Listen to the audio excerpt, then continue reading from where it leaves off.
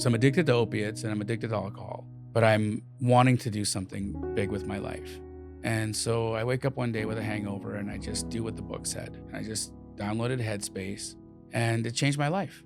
When I moved here, I was just about to get married to Natalie and I'm like, I'm not really doing much, you know? Like I was a failed comedian.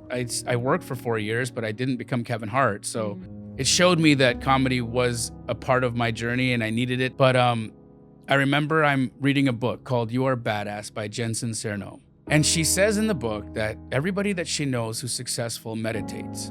So I'm addicted to opiates and I'm addicted to alcohol, but I'm wanting to do something big with my life.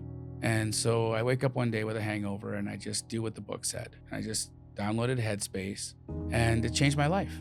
And then one day, the urge to drink was less. And like everything was just clicking for me. When I first started meditating, it was for money. I wasn't like chasing God because like, you know, at the time I was like, God's still the guy who had me growing up and getting my ass kicked every day. And every time I called out to him, nobody showed up. But then you realize, okay, there's more here. And then in that knowing and in that exploration of self came and comes a connection to the creator. And then everything starts to speed up. Welcome to the Hannah Hammond Show. I'm super excited to be here with one of my best friends in the whole wide world, Jamil Damji. Hi. And I can honestly say, and I know a lot of people, Jamil is one of my favorite people in this entire universe and has absolutely changed my life. We crossed paths about a year ago. Randomly. In a mall, which you don't usually find me in malls.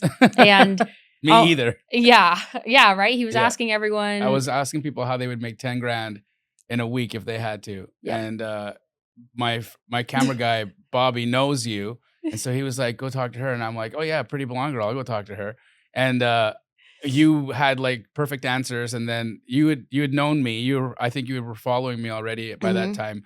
And yeah, we just hit it off and became like incredible friends since then. So we've hung out a lot and it's a pleasure to be in your world. Thank you. I'm so happy. And you've seen the transformation in me. Oh my goodness. Yeah. Since I met you. And like, I was so insecure, couldn't be on camera. I was like, you better not post this. Don't record me. And you're like, well, it's already been filming the whole time and I am going to post it. So, and then, you invited me to lunch and then of course you bring your cameraman. I wasn't prepared for that either. And that got me over the fear of all of cameras and photos and things like that. And now here I am. You killed it, by the way. I got so many messages from people saying that woman is like incredibly inspiring and you really spoke to a lot of women and I'm sure a lot of men as well, just with how intelligent you are and how you would approach life and some of the things that you've gone through in your world. So it's really interesting and also super refreshing for somebody as successful as you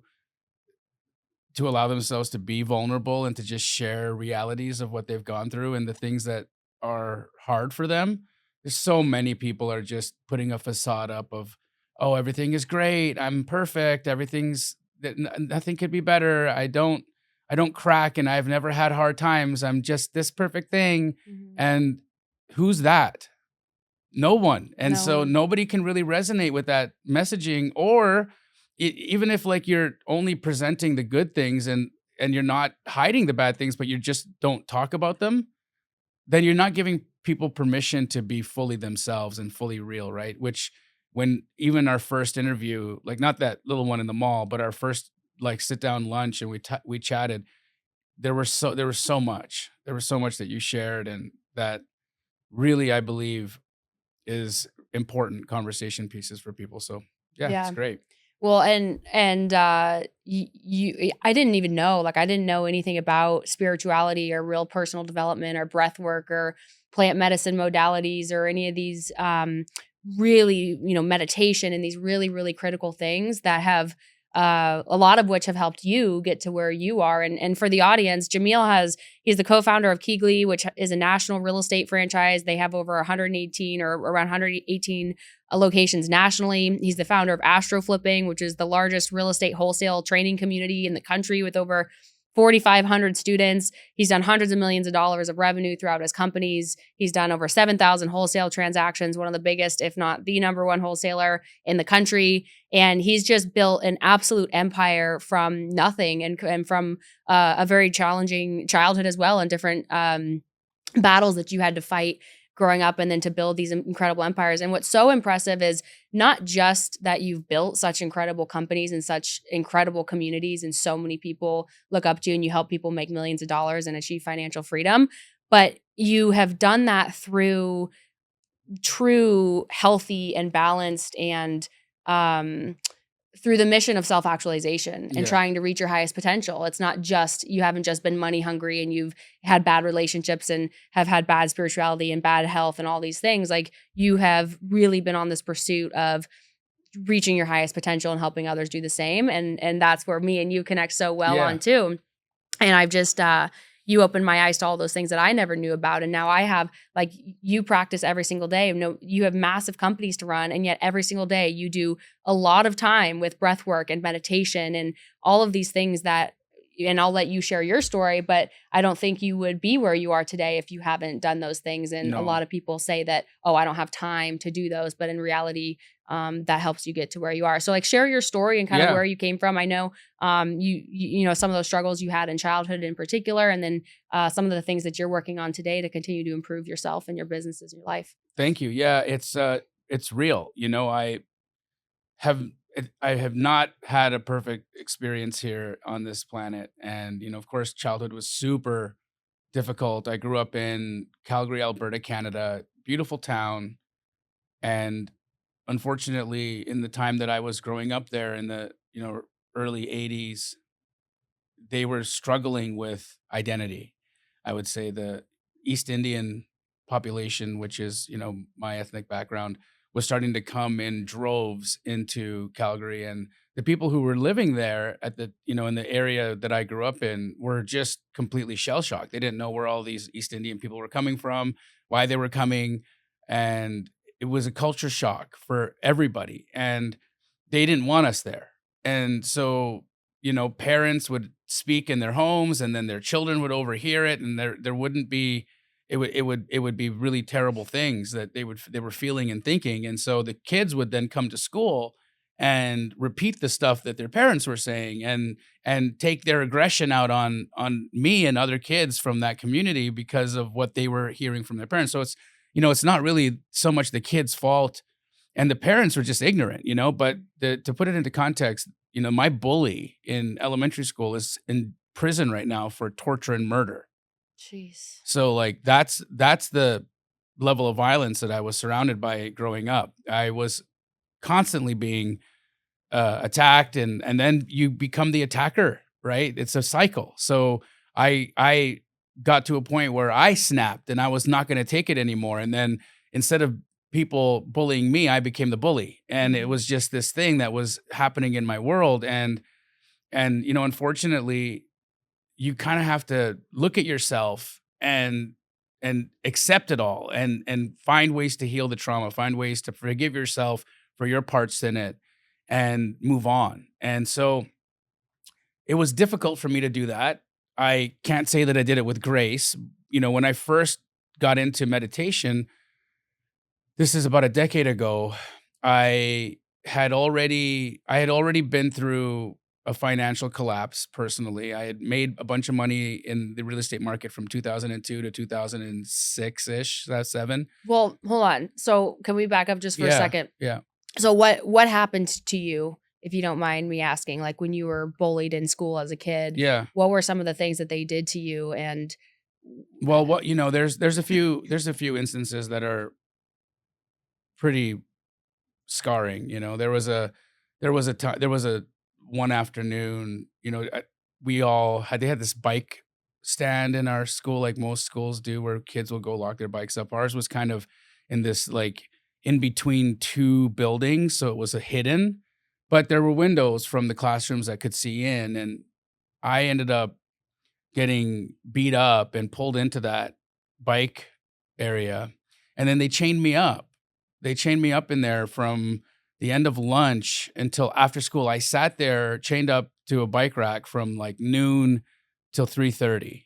And then the kids came and threw rocks at me until, the caretaker came out and kind of like broke it up. And Mm. I literally crawled home. Like I was in so much pain. I was bleeding from everywhere. Like it was terrible. And my parents called the school and were like, "What's happening there? Like this is constant. He's always coming home beat up. What is happening?" And they're like, "Well, he's not that great of a kid. It's probably something he's doing." Wow. And so even the administration in the school Yeah. they didn't get it, like just they couldn't understand. And they probably felt it themselves. Like Yeah. I can say these are human beings, and you think that everybody in authority has like a rational mind and might be really truly there for the good of all, but I don't think they were. Mm-mm. I think the principal was probably just as terrible and racist as the people who were beating me up. And so when they saw me, they just saw another brown kid who wasn't supposed to be there. And good, he's getting his ass kicked, Jeez. right? And so, that there was another time I got this kid broke a record, and it was like the sharp edge, and they beat me up, and then they cut me. They cut me with the record, Jesus. and I'm like coming home with cuts, and it was insanity. It was really, really, really crazy. And it was like every day. It wasn't like I got away from it for a couple of days and then it would be cool for a week and then I'd get beat up. It was like every day. Every single day. It was like something going Wow. on. And then it was like for me, because I grew up in a neighborhood where that you could then find things to help you, Mm. right? And so when I got my hands on the pistol, I was like, okay, try that shit again Mm-hmm. and see Yeah. what happens, And then I became the bad guy, and then I had my little reign of terror for a moment while I was stomping around town. And so it was shitty. Yeah. It was all hard. And I'm grateful for the experiences because I know they shaped me into who I am, and I don't believe in accidents. And I know that that was really necessary for me to have gone through. And I'm still unpacking why, Mm-hmm. but I know it was necessary. It toughened me up, and it made me really know that I didn't want to continue living in an economic situation like that, right? Because the reality is my parents would have loved to have moved. We just couldn't. We couldn't do anything. We were barely making it.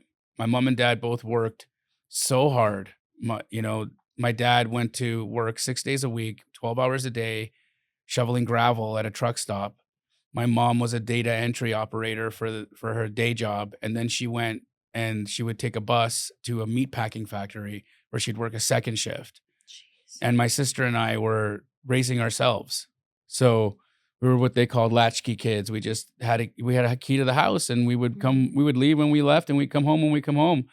And it was her job to feed me and get me to bed, like, get me up. And it was so hard, right? And my mom and dad, they worked so hard, and they tried so hard. And they did instill a lot of incredible values in me and hard work ethic. And my mom still found a way to remain positive through everything that we were going through.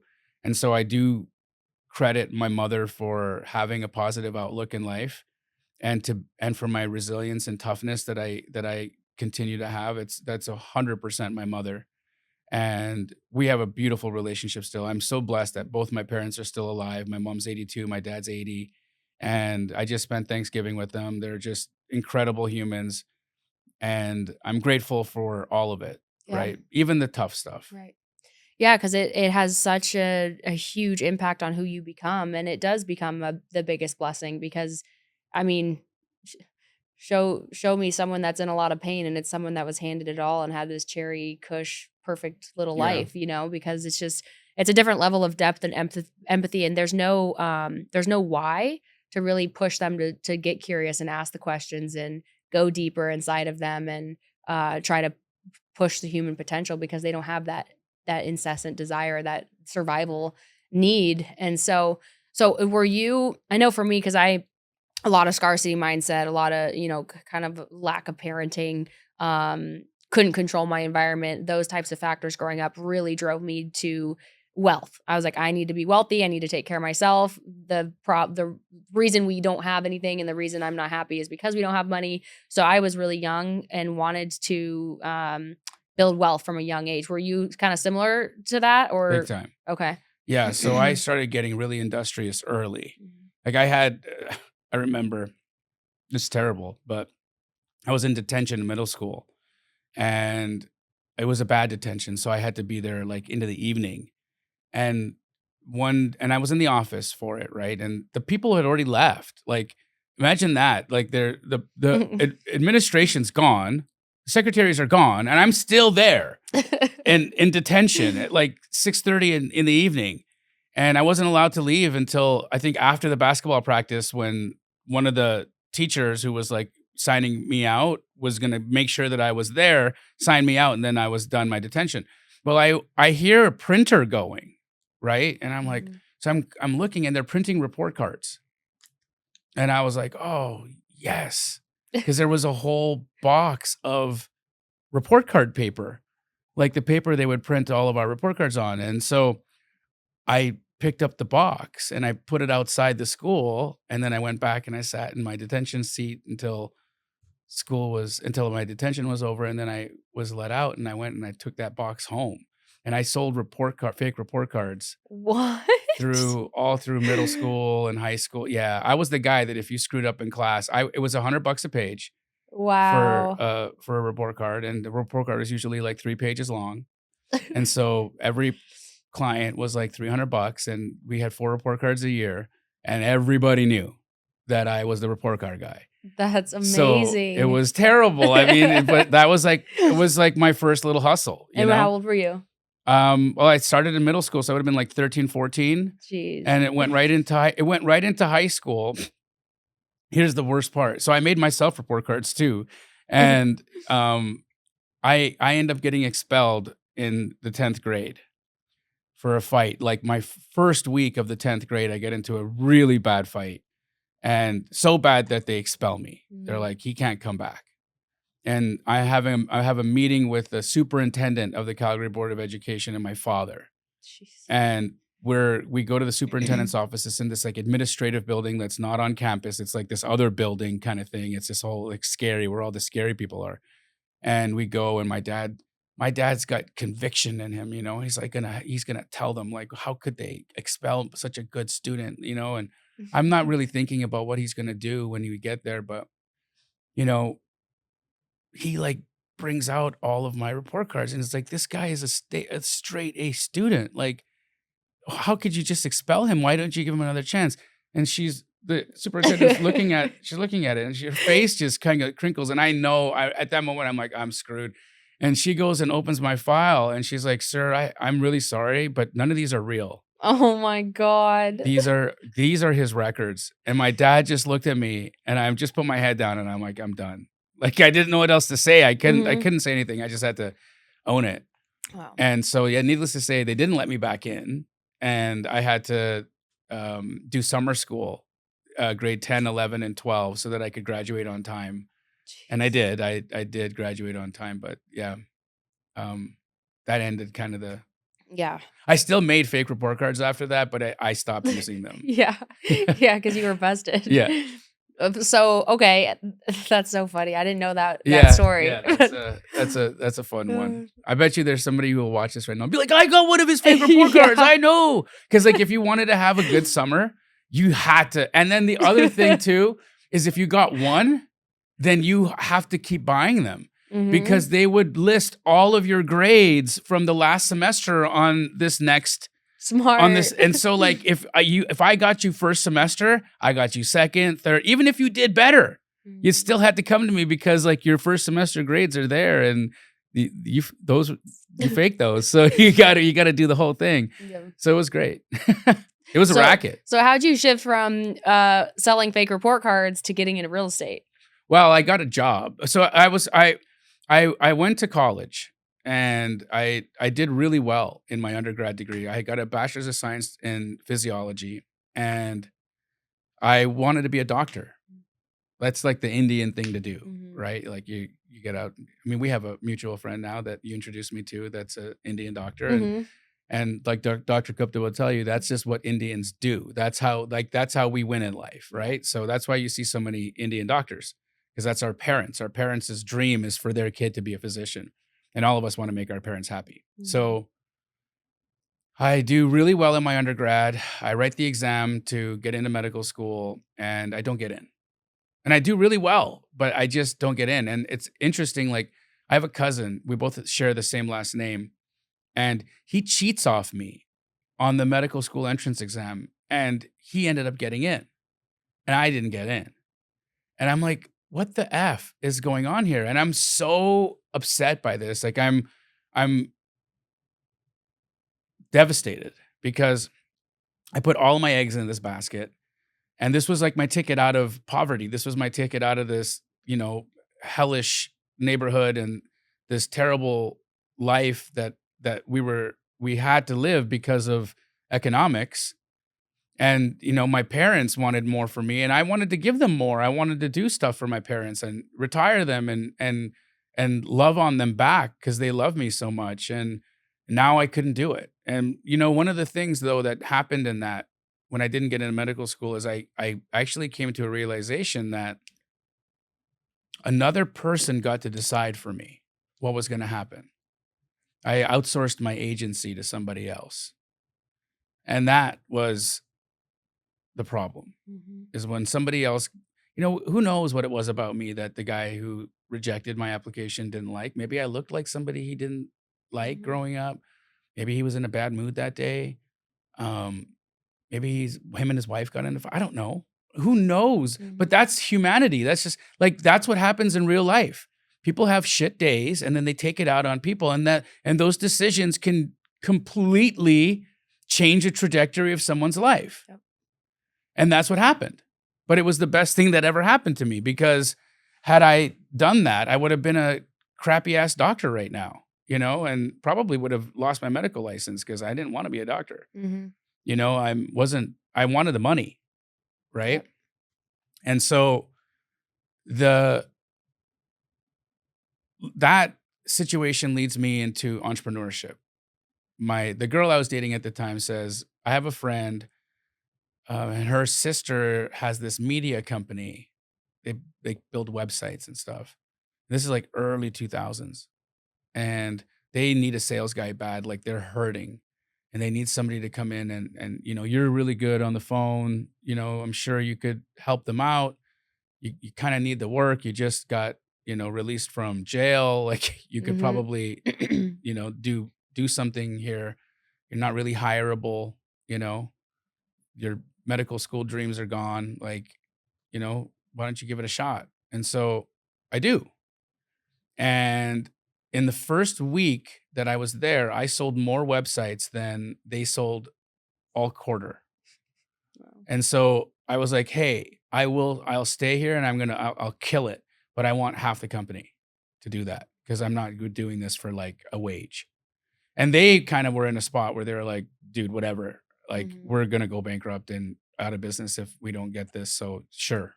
And problem with that is that we were selling these 6-page websites for $600, like $100 a page. And I didn't know anything about like the building of them. And because we're outsourcing them to Pakistan to get built. And they were actually costing us $700 to make. Oh, So that doesn't work? it didn't work, no. Mm-mm. But cash was coming in, and for a while it was good because like so much cash comes in, but then you're like at the end of the month, you're like, wait, why do we owe more than what we brought in? And that was just happening every month, and we're Mhm. getting deeper and deeper and deeper into a hole. But it puts me into proximity with my business partner there, who was also doing real estate. His dad was was a regional home builder. And they would buy these old bungalows and tear them down and build luxury duplexes on them. And I overhear him talking about a deal they're doing where they make 160,000 bucks, and I'm like floored at that kind of Mhm. money. I can't even fathom what that would be like. And so I asked if I could get involved some way, and they're like, "Dude, you don't have any credit. You're not a realtor. Like, there's nothing you can do here." And then they just carried on talking. But what they were talking about was needing more building lots Mhm. because they were like, we can't find enough of these houses. And so then I interject again and I'm like, well, what do you mean? And so they said, okay, well, what we need are these houses that are on 50-foot lots by 110 feet minimum.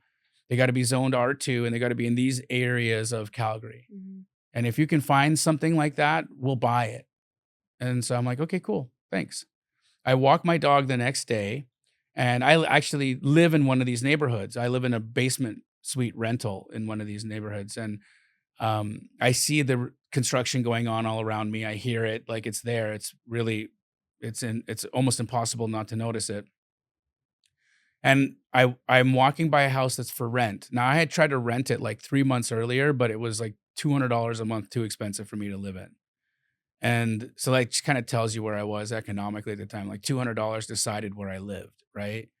But I called the for rent sign and I said, look, you seem to be having a hard time renting this thing. It's been available for 3 months and nothing.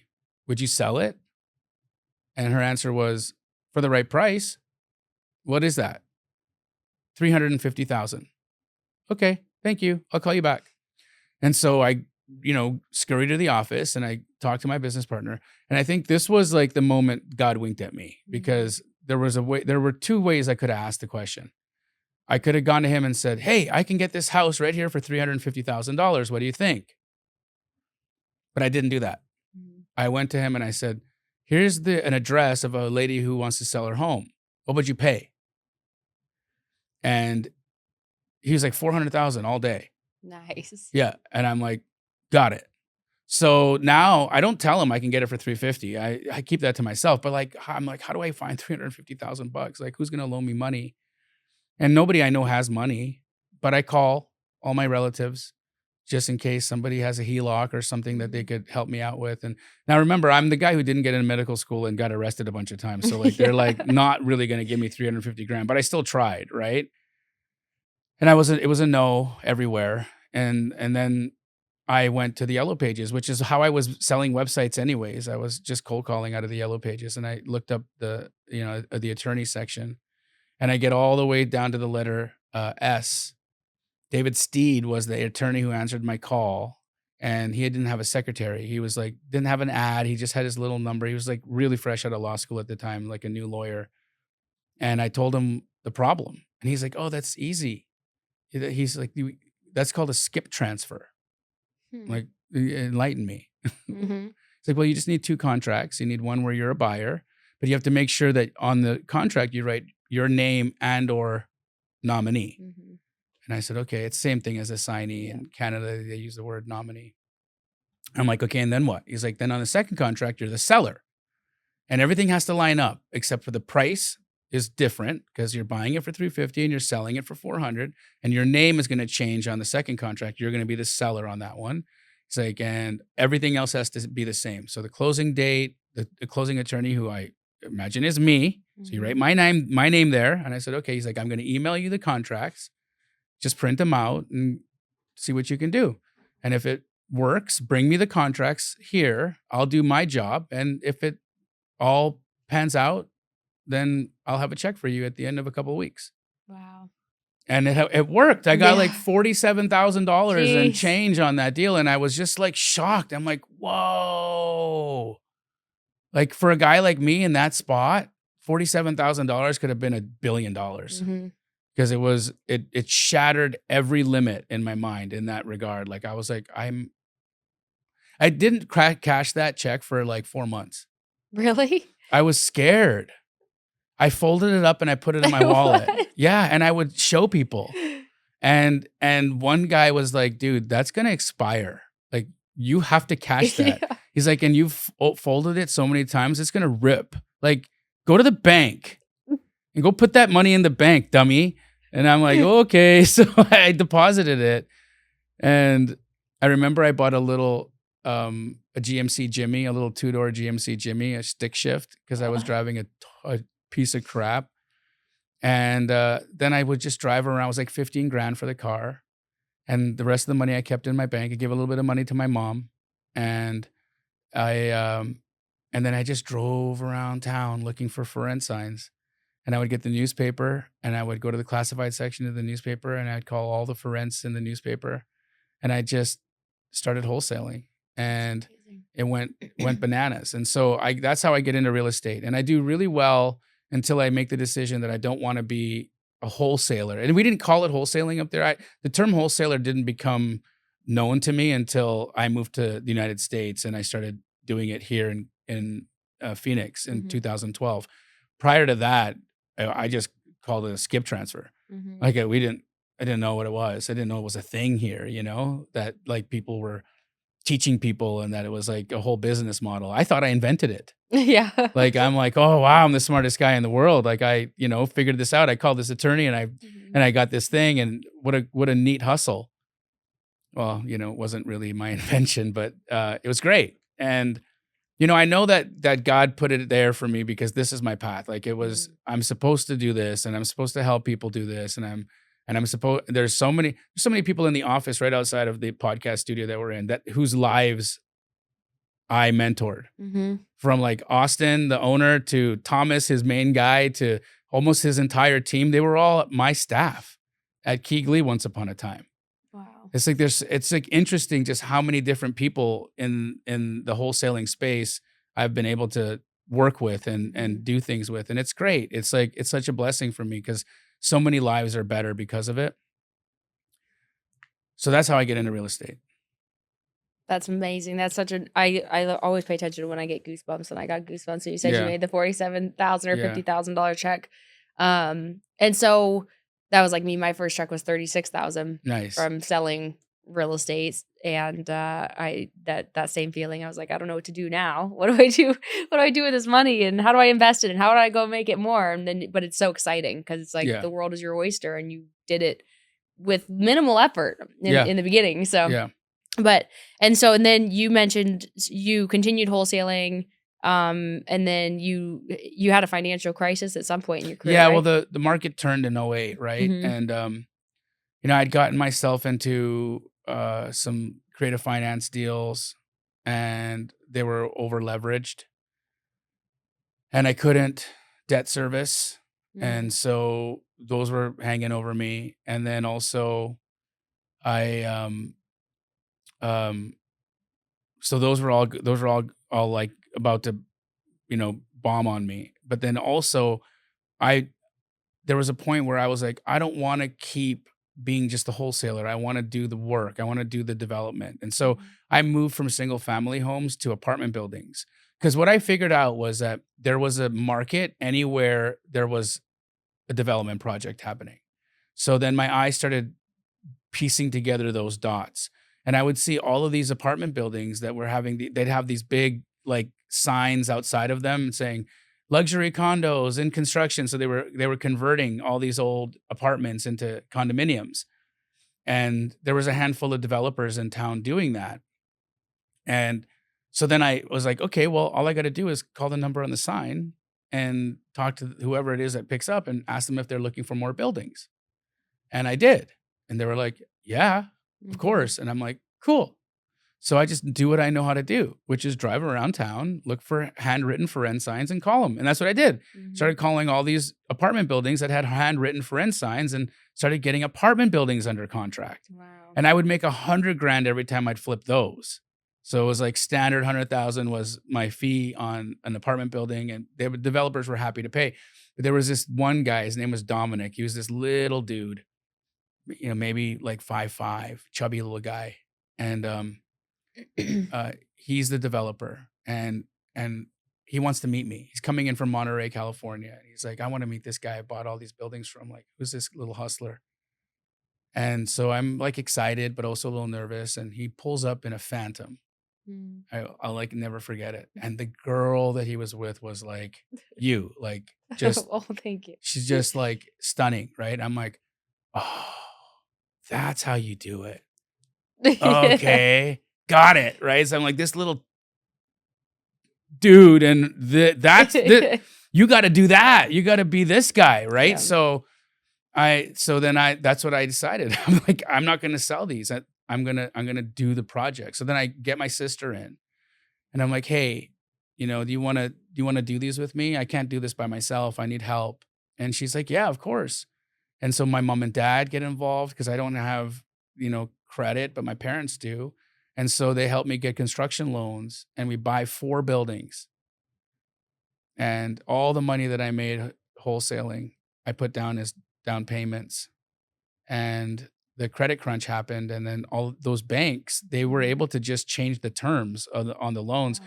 They said, because in order for me to get the construction financing, they wanted me to pre-sell half of each building, right? So I'd set up a little sales center, and I would sell half the building.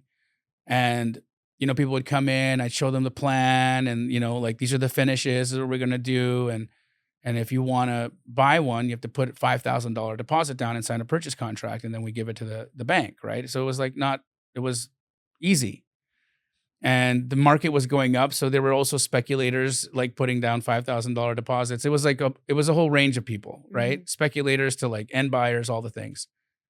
And the bank calls us and says, "Hey, your construction loans are all based off of these pre-qualified buyers that we qualified, but because these loans haven't been originated yet, we actually have to re-qualify them because our lending standards have changed with everything that's going on in the market right now. And so, like, don't worry, we just need you to have everybody come re-qualify. So it'll be fine." And I'm like, okay. And then they call back a couple of weeks later. They're like, "It's not fine." Like, a quarter of the people re-qualified. Jeez. Because you need a higher score now, they need higher down payments, and they don't have access to that. And so we're going to have to call these construction loans. And I'm like, you can do that? Like, I'm in the middle of these projects. Like, how am I going to pay you?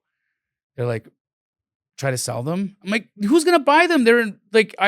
When I bought them, they were rented out. Like, these were like units, apartments. It's a shell now. Like, they're worth less than what I paid for because it's all been hollowed out. We're rebuilding. And bank didn't care. So they took all of it. So I lost all the money from the down payments, but they also took our homes. Wow. So, and we had signed personal guarantees. Jeez. So they took my mom and dad's home, our home, the one I was living in. They took our cars. Oh my God. And so there was just a point where we were all living in a 2-bedroom, 1-bath apartment. It was like my mom, my dad, my sister, my niece, our dog, and our cat, all in a 2-bed, 1-bath apartment. And it was hell. But it was still, like, I say hell because it was sad. It was because my sister and I had bought my mom a house on a lake for Mother's Day, and we lost that home. And that sucked. And I had this home on the hill that overlooked the city. It was beautiful. It was this glass, modern, just beautiful home. Now, if I'm going to be really honest, I wasn't happy. I was an alcoholic at the same time. And like, if you were ever to come into that house and look, like, I didn't even have any real furniture in there. It was like kind of barren. I had my bedroom set up and I had the living room set up, but like, it was kind of like, it was sad. It was sad. It was sad. And I was sad because I had made money, but I didn't have any real people in my world other than my family. I remember on my 29th birthday, I'm supposedly this like rich guy in town, and I have all these friends who apparently love me, right? And I invite all these people to my birthday party, and they were like, yeah. And so many people had like said they were going to come, and no one came. Wow. Not one person. Not one person showed up. And I was like, this is like shit, Yeah. And so they were friends I had because of my money. They weren't really my friends, right? The girl I dated wasn't really my girlfriend. I basically rented her. Yeah. And when the money was gone, so was she. She happened to be a police officer of all things. Oh, wow. Terrible. Terrible. It was terrible. It's toxic. Oh.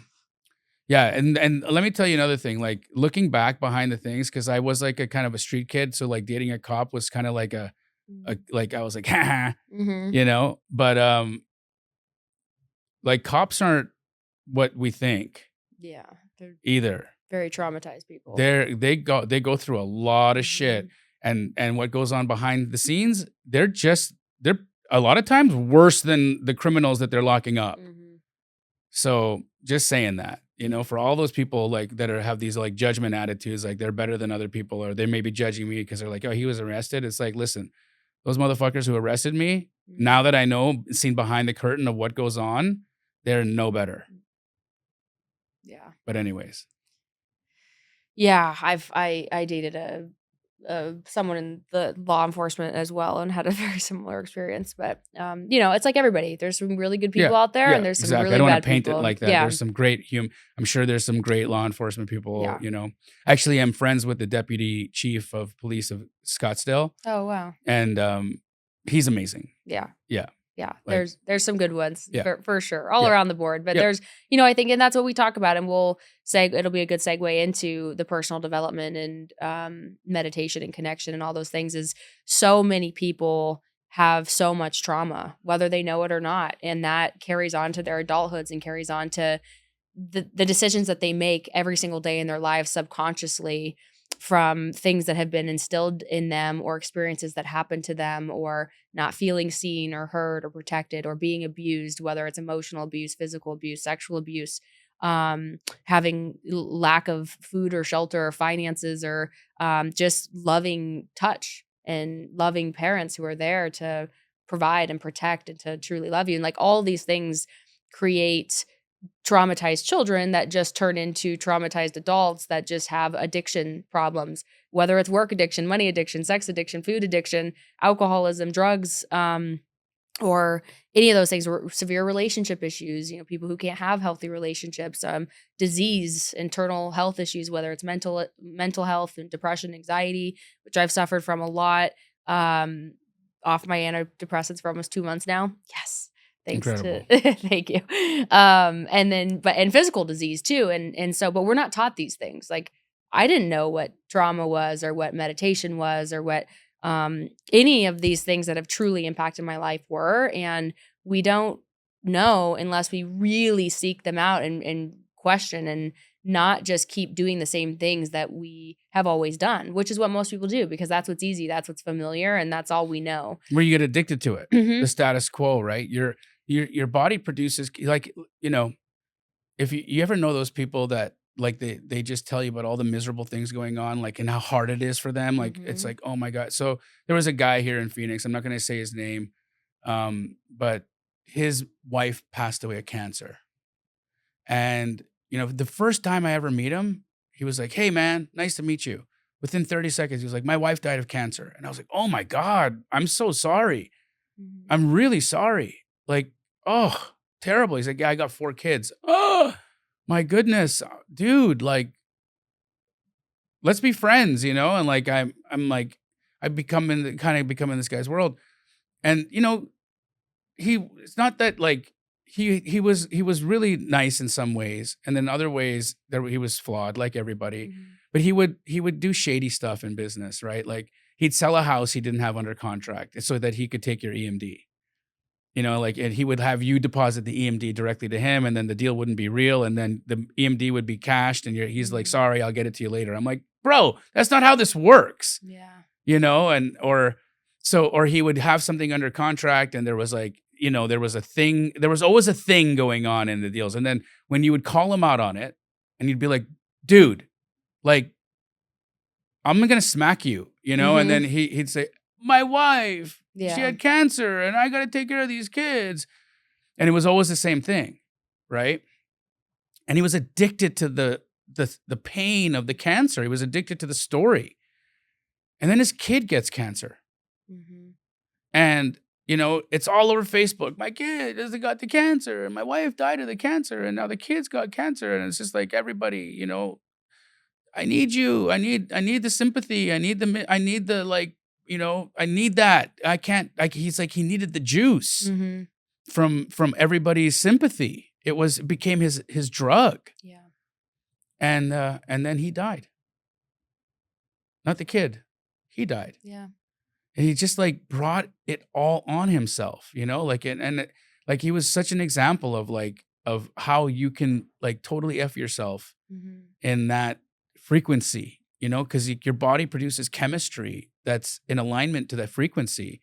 And no matter what it is, your body becomes habituated to something. So if you are feeling great, working out, being saying positive things to yourself, doing meditation, breath work, all the things, and you're being healing, you're doing things that are raising your vibration, Mm-hmm. your body will create chemicals that are in alignment to that process, and your body becomes addicted to them, right? Like if you ever meet those people who work out all the time, and like I work out all the time, I don't look like I do, but I work out all the time, and if I don't work out, I feel terrible. Like I feel like a drug addict who doesn't have his drug. Yeah. I need the endorphins. I need the chemicals that my body produces from the workout, right? So we all get habituated. We all get addicted to a life. Mm-hmm. And it's like, what are you going to get yourself habituated to? What are you going to make your body thrive on? Yeah. And that's where, for me, the world of personal development got brought in, because when I moved here, I was just about to get married to Natalie, and she had Taylor with her, who was 8 at the time. I have a daughter from a previous relationship who I have to take care of, and I'm about to get married. And I'm like, I'm not really doing much, like I was a failed comedian in LA. I went to I didn't make it as a comedian. I did okay. I was, I worked for 4 years, but I didn't become Kevin Hart. So you guys don't know me for comedy, right? But you're pretty fucking funny. Well, I do like laughing. I do love to laugh. Your GD commercials always get me. Those are great. And that got, kind of it showed me that comedy was a part of my journey, and I needed it to like get a bigger audience and to attract more people. So that's cool. Mm. But I remember I'm reading a book called You Are Badass by Jen Sincero. And it's this yellow book. And she says in the book that everybody that she knows who's successful meditates. And she can't explain why, and she doesn't know the science behind it, and she doesn't know if there's a real correlation here, but everybody that she knows who's successful meditates. So she's like, I tried it. And lo and behold, things in my life just started getting better. Again, I don't know why, and I don't know how, and I really don't care. What I can say is my life has become exponentially better since starting. So if you're trying to make something change in your life, maybe try it, right? And so here I am, an alcoholic, right? Addicted to pain pills because I had a car accident where I broke my neck and almost passed away. And so I'm, I constantly have this like these sharp pains in my cervical spine, and they, the pains go down my arm and whatnot. And so like, nothing felt better to me than a couple of Percocets and a strong beer. I'm like, oh, I'm in heaven, which is a terrible place to be. Yep. And so I'm addicted to opiates and I'm addicted to alcohol, but I'm wanting to do something big with my life. And I know that I can do it, but I've got all these problems. And so I wake up one day with a hangover and I just do what the book said. I just downloaded Headspace and I just, put that little British guy on for 5 minutes, and it changed my life. Like was my first meditation and amazing? No. Did I see God? No. But did I feel like I could do that again? Yeah. And so I did it again and again and again and again and again and again and again. And then one day, the urge to drink was less. And then the pain started dissipating. And then the urge for the medication started to go away. And then it just started to all fall off. And my life just kept getting better and better and better. And I was meeting better and better people. And I was randomly coming into these amazing deals. And like everything was just clicking for me. And then it was like, whoa, I'm like riding the bike, And that's how it felt. It felt like when you were a kid and you didn't know your dad was behind you and hadn't let go, and you're riding, and that's like I'm riding the bike. I'm in life right now, and I'm actually killing it. This is amazing. And I can trace it back to meditation. And so I'm like, what is happening with this? And so like when I first started meditating, it was for money. I wanted money. I wanted a better life. I wasn't like chasing God. Because like, at the time I was like, God's still the guy who had me growing up in Northeast Calgary, getting my ass kicked every day. And every time I called out to him, nobody showed up. So whatever, but if this is like getting me some money, then let's get to it, But then you realize like, oh, okay, there's more here. And then that's where like my journey became not just about like, what can I gain from this, but what can I know of myself through this? And then in that knowing and in that exploration of self came and comes a connection to the creator. And then everything starts to like speed up. And then the connections that you make are more deep and real and are of higher quality. And that just snowballs. And then you're like, well, what's going on in my life right now? All these synchronicities and all these things are happening. And you're like, oh, wait, I'm waking up. And then you realize that there's more in this world and into this reality than what we've been told and what we've been taught and our conditioning. And that there's a deeper sense of reality that exists in an energetic field. And then you start to like dive into the science behind it, and you start realizing like, oh my God, like I've been living in the Newtonian world where I had to force everything, which is a real thing, and that's like the Hormozy camp of, come home from your day job and work all night and don't rest on the weekends and you'll get there. And he's right. He's not wrong when he says that. You'll get there by killing yourself and working yourself to the bone. You'll absolutely get there. There's no doubt in my mind. But you can also get there in a better way, in an easier way, if you ask me. And you can get there by creating it in the field first. You create it in energy, and then you align to it.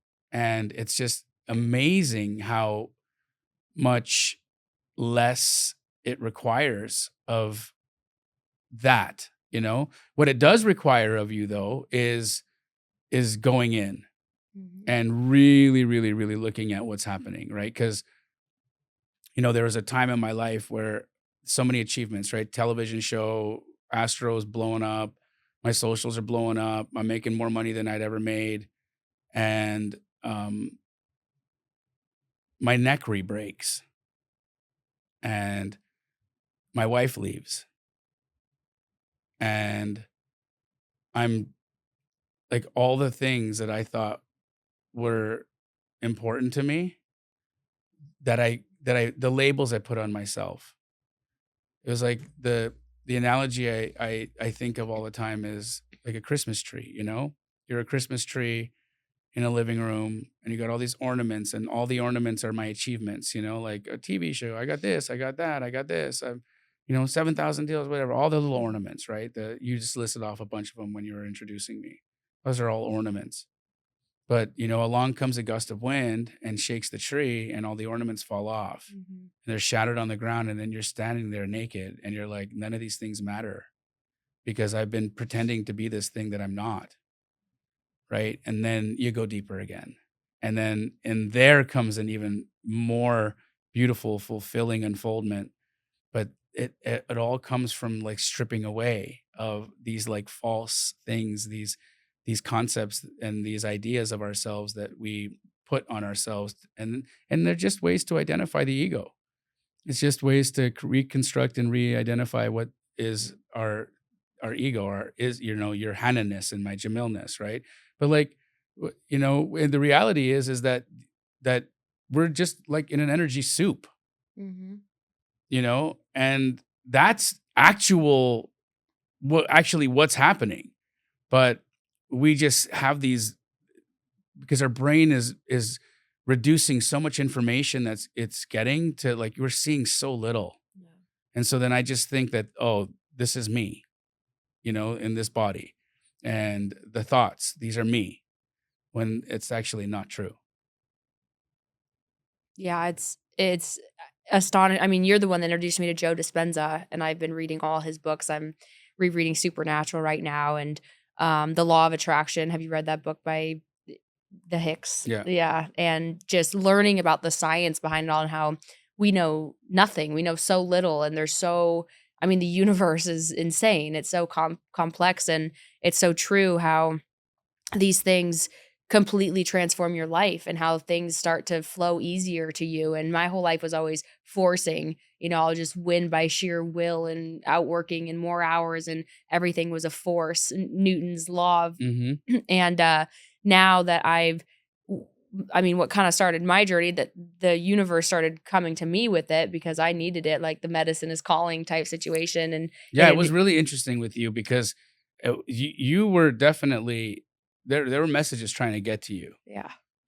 and interestingly enough, some came through me and some came through other people. But when those invitations come, and I remember pointing it out to you, I was like, Hannah, these are invitations that I'm not making the invitation. It's not Naidu making the invitation. It's not this person making the invitation.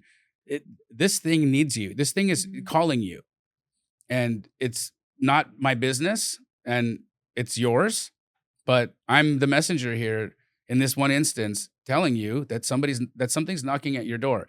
And whatever that is, you have a responsibility to find out. Mhm. And there away you went. Yeah. And I've been watching you since, and I'm just like, look at this girl go. So cool. It's been an amazing transformation, and I never would have thought of myself. It sound when you haven't experienced it, it sounds so woo woo, and it's just beyond your capacity to think, I guess. And you're like, well, how does that make sense? Because all that we have ever known is just difficulty and force, and it, And n- this dimension, yeah, in this dimension, I know. and like you can, through breath work, meditation, plant medicine, you come to learn that this is one of many, many dimensions, and Hmm. you can travel. Yeah. I remember the first time I did breath work was with you, and I couldn't even believe the feeling. I still can't even explain it, but it was so much happening in my body, and I saw visions of me speaking to thousands of people. And remember, this is camera shy, insecure, self-loathing Hannah at the time, and then had just this overwhelming feeling of joy throughout my whole body and so much energy that I could feel being released out of my body that was just stored inside of me, that I didn't even know I had. And then the first time I did ketamine at Dr. Gupta's clinic, for those, he's one of my real estate clients. I'm in commercial real estate, but I mean, I went into this void in this infinite realm, and I literally was just awareness, and I had no sense of earth or ego or problems or identity. It was just pure consciousness and awareness. And I came out of that and I was like, oh my God, I know nothing. Like this little piece of reality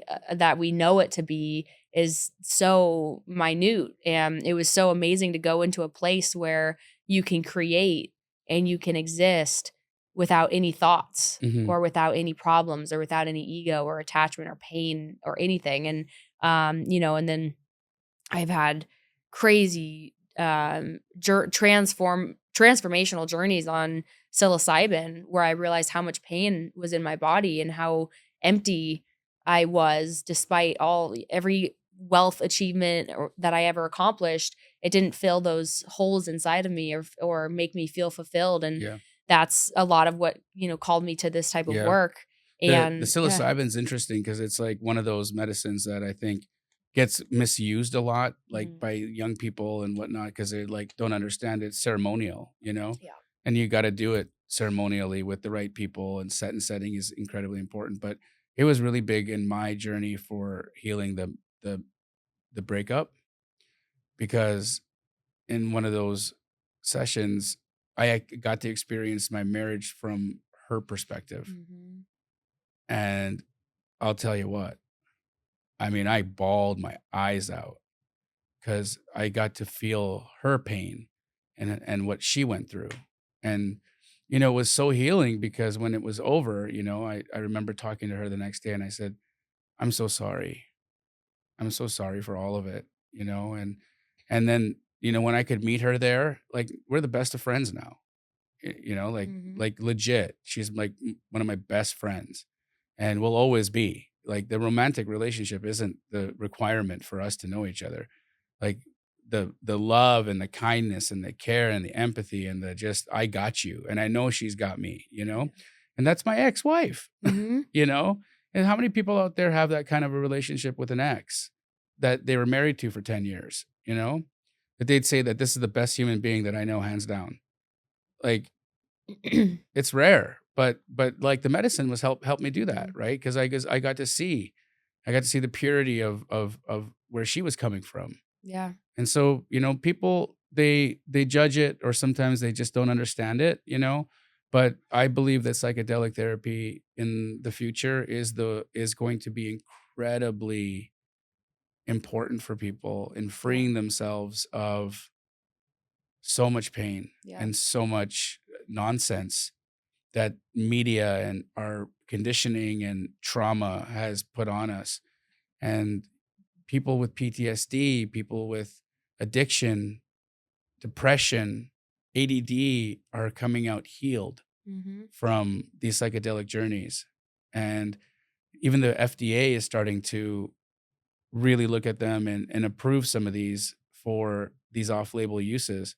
Yeah. And I'm hopeful with RFK and our next administration that because I know he's a proponent, Mhm. and I have a feeling that we'll be able to push forward more legislation that will get people who need this help the help they need. Yeah.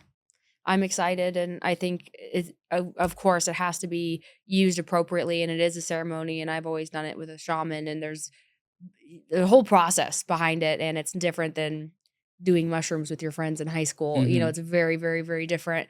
But it's so therapeutic, and when it's tied to therapy and other modalities and integrations, it's been absolutely transformational for me. The few journeys that I've done, and I had the same experience where I, for the first time, felt I was in the shoes of each one of my family members, Mm. and I felt so much compassion for each and every one of them, and I realized how much pain that they were in and the battles that they were fighting, have fought, and still fight today, and how it wasn't about me, you know, just because there were things done that hurt me, it wasn't about me, Right. and I was completely missing their pain and not seeing anything from their shoes, because when you're a child, you can't. You just see it from your point of Of view, course. and then it's ingrained in you like, Yeah. "Oh, there's that trauma," right? And so that released 1,000,000,000 pounds from my chest, and I called all my family after that experience, and I apologized crying to all of them and told them how much I love them, and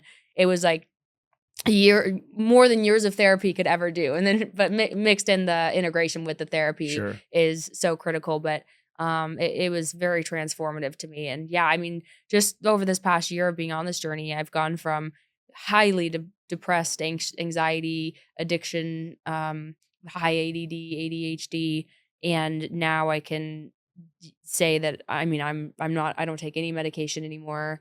I very rarely will ever drink or do any of this. I used to smoke weed every day. I don't do any of that anymore. I'm truly happy like every single day of my life, and every day is a work in progress, but now I'm present and aware, and I don't carry uh that baggage and that resentment and that tightness and tension that Yeah. I would carry with me every single day, and it's been life-changing. That's so cool. Yeah. What a thing. And you know, I think that these conversations and people of influence like yourself and me and others who are open to Mhm. being vulnerable and sharing their experience and kind of demystifying it, but then also like removing the BS that's attached to it. Like, Yeah. guys, the reality is that there's forces out there that don't want you healed. Mhm. There are institutions out there who profit off of your brokenness, from the pharmaceutical industry to political Mhm. Big food. groups, food, lobby groups. Like there is a lot riding on your misfortune. Yeah. And that's disgusting, but it's real. It's happening. And, how many documentaries do we got to see about just the food we eat before we make changes on what we put in our mouth? How many documentaries or how many exposés have to happen in the government I mean, it's hilarious right now just watching all of these cases get dismissed against President-elect Trump. And it's like, you guys were like, you nailed him. Mhm. You guys were trying to crucify this guy, and now he's going to be the president again. You're all like, oh, charges dismissed, charges dropped. Why? Oh, because the administration is going to come in and they're going to get your job. They're coming for your heads, Mhm. right? There's so much corruption out there. It is gross. And look, I'm not a political guy. I don't want anybody to think that me saying this says that I'm for this candidate or for this other candidate. I think politicians in general suck. Mhm. You are the master of your destiny. That's it. You get to decide. You get to wake up tomorrow and decide, what is my future going to be? Who am I going to be in my mind? Who am I going to be in my speech? Who am I going to be in my actions? What identity do I embody? And how am I going to move in the world? And these little decisions that you make, they make a huge difference. It was like this. I was talking to somebody about, they're like, well, Jamil, how the hell can meditation or raising my frequency really make a difference? I was like, okay, well, let's walk through an example, right? Let's just say you leave your house one day and you're in a crap mood and you make a right turn and this person slams into the back of your car and they come out of the car and they're terrible with you. You get into like a road rage incident and now it's just escalated into all kinds of garbage, right? Okay, that could have been a thing that happened. All right, well, let's just say that morning, instead of just waking up and eating cornflakes or frosted flakes for breakfast, you had like a nice meal and you actually worked out and maybe did some breath work and did some meditation and really got your frequency up.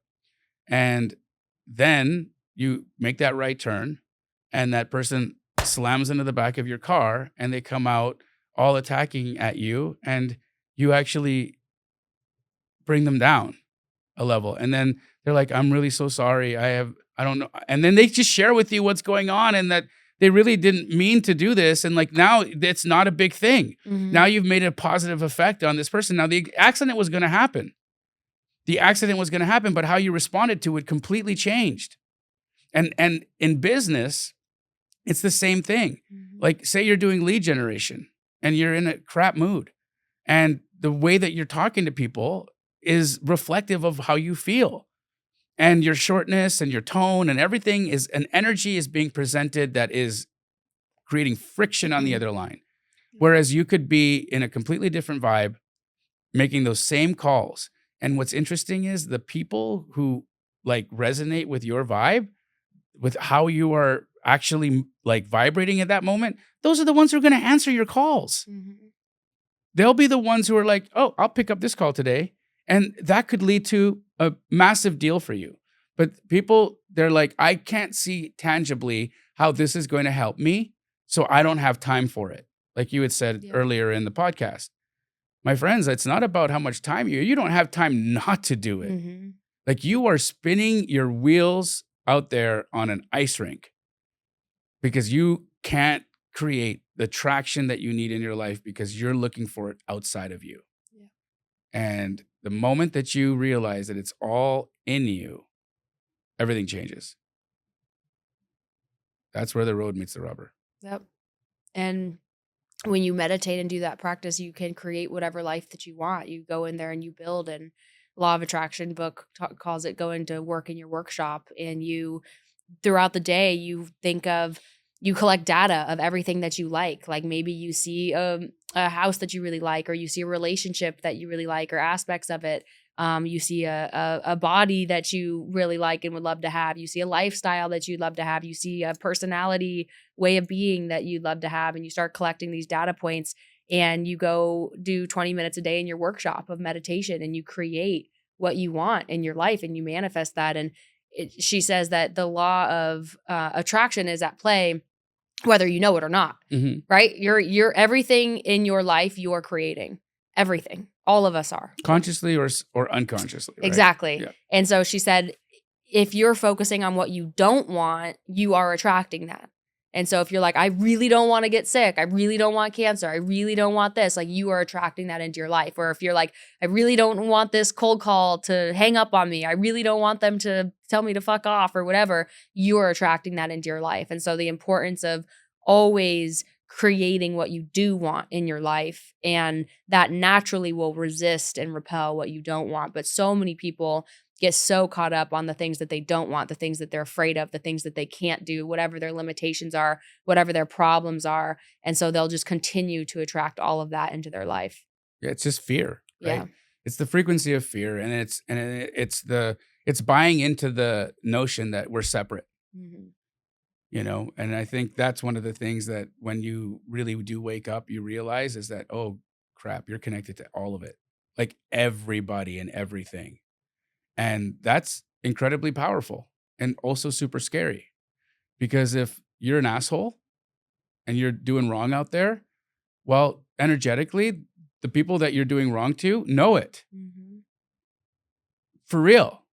And the ones you're hurting out there know it. Even you might think you're crafty, you might think you're slick, but you're not. What's done in the dark always comes to light. It always does. And you're connected to everything. And so it's not about getting away with stuff. It's about, like, how would you live if you knew that everything you saw and everything that you did was out there? How would you live? Mhm. Because it is. Only you think, you in your limitation think that you're separate from all of it. So you get to live this private little bullshit ass life where you know, cheat and lie and do all kinds of terrible things. And you lie to yourself more than anything. Because, like, how many times do I hear from people on social media? It's like, oh, I tried this thing, but it doesn't work. How many times did you try? Every time I call, this is what happens. I'm like, every time? So you got called twice? Uh-huh. Yeah. Well, because statistically, that's not fucking possible. Because if you do one thing 1,000 times, there is zero chance that you're going to get the same result 1,000 times. Mhm. So you didn't do it 1,000 times, you did it twice. And you're giving up on yourself after 2 tries. But bro, then you don't deserve it. You don't. Like, just then look at yourself in the mirror and be like, I'm lazy. And I'm going to own it. I'm going to own being lazy. I like my job. I'm happy with the status quo in my world. Own that then. And then be happy. Because you don't need to have all of this. You don't need the watch. You don't need the car. You don't need the financial freedom. You can be a really cool dude and really happy just being honest Mhm. and true with what accepting what you have. But if there's something in your heart that says that this is you're meant for more, then every time that you bitch out and don't do the work and don't do the thing and don't look inside and don't work on yourself, it's just another day that you decided, no, the lie was more important than my future. Yep. What do you want? What are you going to do? And you, friend, have been a massive example of that. Like, you're showing the people who follow you exactly how it's done by taking life by the by the horns and really, really getting to the meat of it. And the more you do this work and the more you inspire people and the more you create content like this, I think there'll be thousands of people in Hannah's wake that are gonna be affected by you and say, thank you so much. Thank you for talking about the things that people are afraid to talk about. So Thank you. yeah, I keep appreciate you. going. I love you. Love you back.